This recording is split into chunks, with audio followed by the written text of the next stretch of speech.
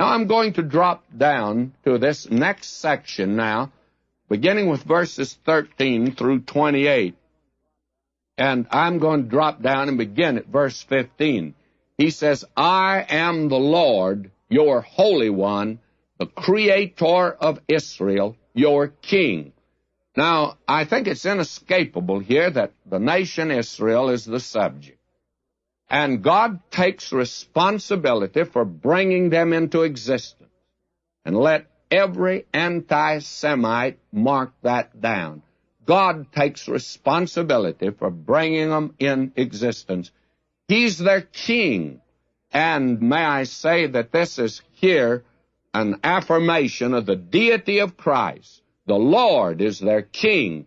And when the Lord Jesus came and put down his claim to kingship, they knew that he was claiming to be Emmanuel, God with us. The instructed Israelite understood that. And so we have this section here that deals with the fact that God claims them because he is the creator of them. Then he speaks of the fact that even the beasts of the field honor him, and the dragons and the owls.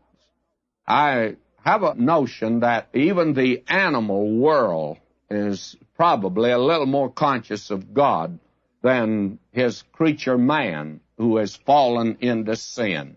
Now, he says here in verse 25, even I am he that blotteth out thy transgression for mine own sake, and I'll not remember thy sins.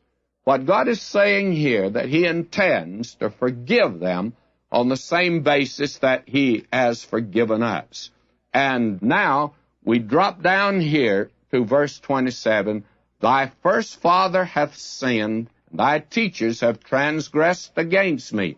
And then in verse 28, and by the way, that I think is a reference to Abraham, therefore I have profaned the princes of the sanctuary, and have given Jacob to the curse, and Israel to reproaches.